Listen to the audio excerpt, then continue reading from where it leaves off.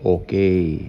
So, kung nag-oobserba po kayo, mga mahal kong kababayan, okay, at mga kapatid sa Panginoong Hesukristo, no, meaning the born again Christian. So, kayo po ay nakipag-isa na kay Jesus, kaya tatawagin ko na po kayo mga kapatid. Ano po? Isa po sa makikita po natin dito ay, diretsahan ko na pong sasabihin, inggit. May mga inggitero at mga inggitera po talaga. You know what? The most envied person sa buong mundo, kung meron man, ay walang iba kundi ang Panginoong Jesus. Hindi po ba? Bago pa man dumating si Jesus, marami na rin pong kinainggitan sa Old Testament books, no? Nandyan po si Jose, kinainggitan ng kanyang mga kapatid. Hindi po ba? Nandyan si King David, o nung hindi pa po siya hari, kinainggitan siya ni Saul. Hindi po ba?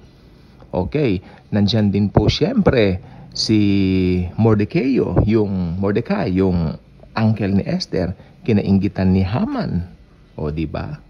So, makikita po natin talagang ganyan nga po yata. At ang pinaka masasabi kong pinaka tumatak sa isip ko ng mga kinainggitan dito sa Old Testament, ito pong si Daniel. Si Daniel, no? Dahil gumawa pa ng paraan yung mga taong inggit na inggit sa kanya para mag-suggest doon sa hari kay King Cyrus na kung sino man ang magdadasal o mananalangin, ipapahagis sa kulungan ng mga lions. O yun po nangyari. Alam naman natin nangyari, hindi po nangyari yun. Bagkos, nagkabaligtad po. Yung mga nagsulsol, yung mga inggitero, sila po ang itinapon sa bunganga ng leon. Kinain po sila, hindi pa po sila bumababa. Doon sa, anong tawag dito? Doon sa pinakababa, kinanginat na silang, inasar na sila ng mga lions. Bakit po ba ang inggit? Kung pag-aaralan po natin ng Bible, ang inggit po talaga nandoon na po eh. Sino po ba ang unang nagkaroon ng inggit sa puso? Sige nga po, bigyan ko po kayo ng ilang seconds bago ko sabihin yung sirit na nasagot. Sino nga po ba? Malamang may mga nakaisip na po sa inyo. Yes, kung ang sagot nyo ay Lucifer, tama po kayo. Siya po ang unang tinamaan ng inggit. Pero ang malungkot po nito, hindi niya inisip yung kanyang posisyon.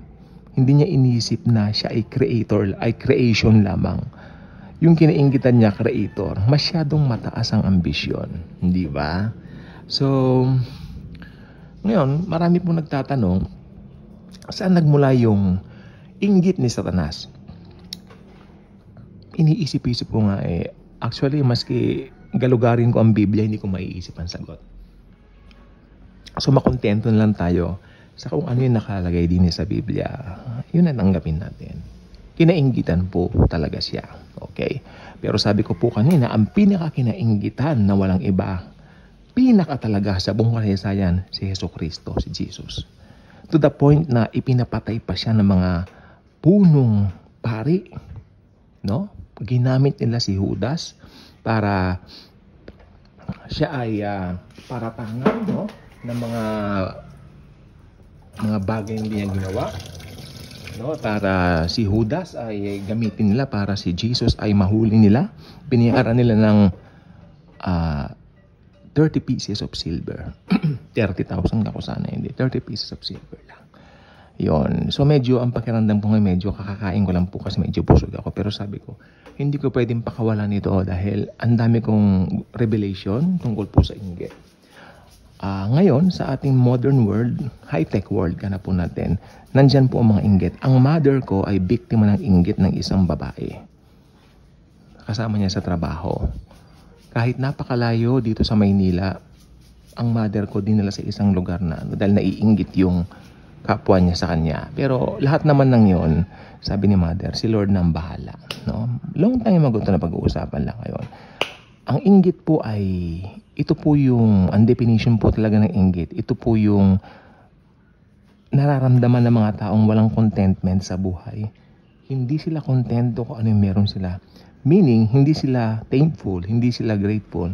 Kaya pag nakakakita sila ng mga achievements ng ibang tao, naiinggit sila. At ito pong masaklap. Within the family circle, nangyayari po yan sa magkakapatid. Malamang sa music industry, may alam po tayo, may mga kilala po tayong mga nagkaroon ng inggitan, mga ganyan, wag na po tayo magbanggit ng pangalan. Masasayang lang oras natin doon. Importante, ibigay ko na po sa inyo yung verse natin. James 3:16, ito naman po ay salin natin ng magandang balita, Biblia. Sapagkat saan man naghahari ang inggit at makasariling hangarin, naghahari din doon ang kaguluhan at lahat ng uri ng masamang gawa. Okay, himay-himayin natin. Alam po ba ninyo, itong vlog na ito, kulang ang 10 minuto para maibigay ko po yung gusto kong sabihin. Pero itong gusto ko pong sabihin sa inyo, lahat ng pinasukan kong work, trabaho, may mga mainggitin. May mga mainggitin. Lalo na kapag nakita nila na blessed ka, lalo na nakita nila material things, meron ka, na sila wala, naiinggit po talaga sila. Hindi po ako nag-i-exagera. May mga tao po talagang ganon. Unang-una, ito yung mga taong wala sa Panginoon. Hindi nila kilala ang Panginoong Hesukristo, kaya ganun po sila. Okay? At malamang sa mga buhay din po ninyo, meron na rin po kayong naranasan ng mga inggitero at mga inggitera. Alam po ba ninyo doon sa institutional church na aking pinanggalingan, naghahari po talaga doon ng inggit. Yung mismong pastor na iinggit. Kitang-kita ko po yan. Siya mismo inggitero. Naiinggit siya kapag umaangat yung iba na maraming nalalaman na sa Word of God, na capable ng magturo. I feel, I sense na parang may envy. So, it's not good. It's not good kung ganon. Kasi, unang-una, institutional church sila. Mali po yun eh. Sa Bible kasi, house church lang. Hindi po institutional church. Dahil nakalagay po sa Bible, tayo po ang church. Tayo po itong katawan natin. Ito ang church. At hanggat hindi mo binibitawan yung mga ganyang maling paniniwala, no? Asahan mo, lahat ng mga kamalian, lahat ng inggit, lahat ng yan, lahat ng pangit na katangian, mananatili dyan. Yung music team na tinatawag po, no? Yung kumakanta tuwing Sunday, anong tawag doon? Worship team kung tawagin, di ba? So, sabi nung isa doon sa may hawak ng mga ilaw, yung mga lights, itutok mo naman sa akin yung ilaw, ha? Gusto ko ito katutok sa akin. Wow. Tapos naiinggit yung mga kasama niya. So, nasaan na ngayon? Kasi tignan po yung verse. James 3:16, ulitin ko ano po. Sapagkat saan man naghahari ang inggit at makasariling hangarin, naghahari din doon ang kaguluhan at lahat ng uri ng masamang gawa. Actually, yung mga binanggit ko po kanina, mga example sa Bible na mga kinaiinggitan, kulang pa po yun. Marami pa po eh. Marami pa po kung titignan po niya mabuti. Okay, ilagdag na po natin si Apostol Pablo. Si Pablo, kinainggitan din po ng mga dating kasamahan niya, mga Pariseo, na umupo sa paanan ni Gamaliel. Nainggit ngayon kay Pablo. Gustong ipapatay ngayon si Pablo. Di ba? So, ganyan po eh. Inggit. Mga inggitero, inggitera. I hope hindi po dumating sa ating isipan yung katotohanan na ay normal lang naman ang inggit eh. I hope not, kasi maliwanag po sa Bible verse na ito.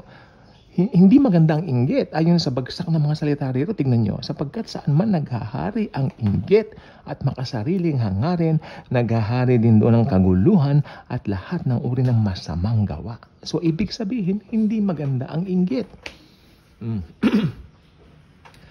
Sa music industry, nandyan po ang inggit. Makikita po ninyo, dati silang sikat, no? Tapos ngayon may mga bago na sikat, naiinggit sila dun sa mga bagong sikat. Meron dyan, mga artista, ganun din. Laos na sila, kaya ngayon naiinggit sila dun sa mga bago. Ganyan po. At ito po ngayon, when you open your Facebook, makikita mo dyan, di ba? Marami, iba-iba, makikita mo mga content na mga kung ano ginagawa sa TikTok.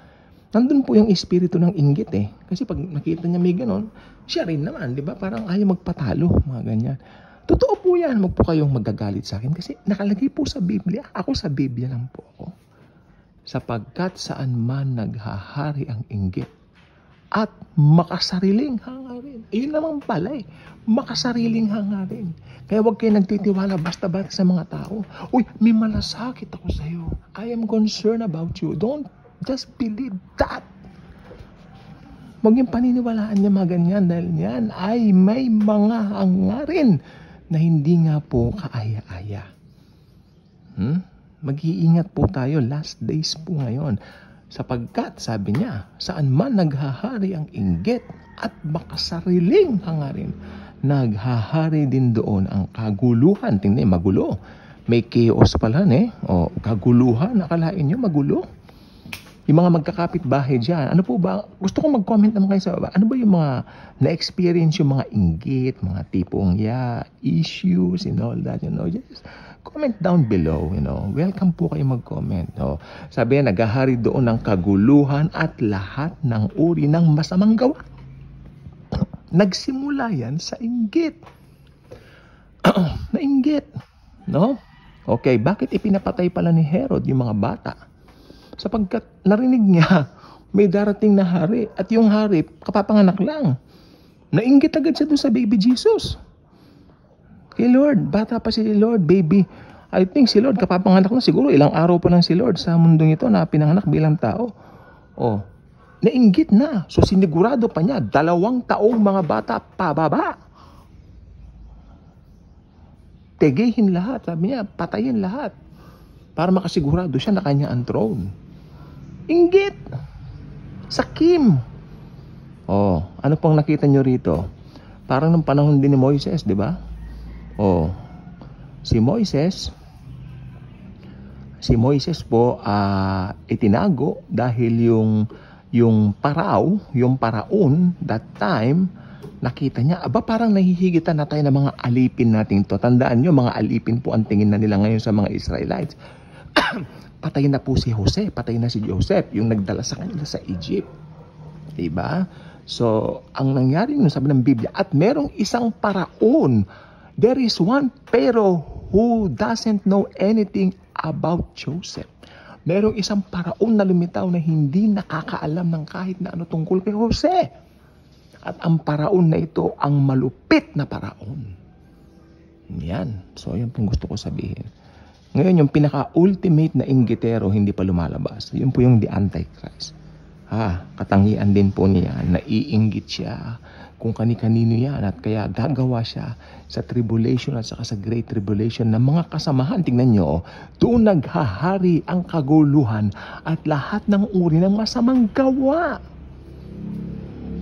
Ayan. So ito po, maging aral po sa atin, maging sa akin. Be honest nga po, dito po. Pag dumarating po ang inggit, minsan po sa akin, yes, of course. Dumarating po. Hindi ko pa sabihin na, nangangaral ako ng salita ni Jesus, hindi na ako naiinggit. Kalokohan yun. Dumarating din. Pero pag believer ka, hindi ka nananahan doon. Ba't naman ako maiinggit sa kanila? Ganun ang nasa isip ko. I am the child of the Most High God. Basahin niyo ang 1 chapter 3 verse 1. See how very much our Father loves us, for He calls us His children. Ayun. It's only a matter of knowing the truths about God's Word para ikaw ay maging masaya. Alam niyo po ba yung mga naiinggit ay hindi masaya? Sira dito, sira doon, marites dito, marites dyan. Ano naman na napala? Wala. Buti ko may mapapala wala. Diba?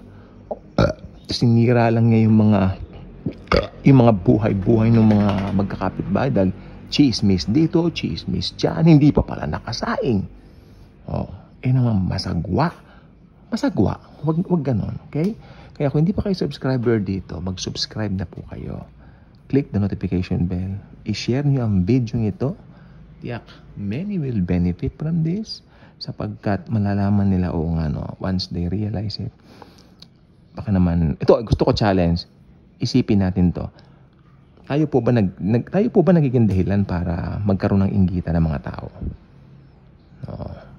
Ano ka ba? Kinaiinggitan ka ba? O ikaw ang naiinggit? It's up to you to answer. Thank you. And Jesus truly loves us all. Sagutin nyo yan ng tama sa sarili nyo. Hindi kayo makakapagkaila sa Panginoon. Pero kung matapang po kayo, mag-comment po kayo sa baba. Yung tanong ko, naiinggit pa rin po ba kayo? O hindi na? Comment below. Thank you.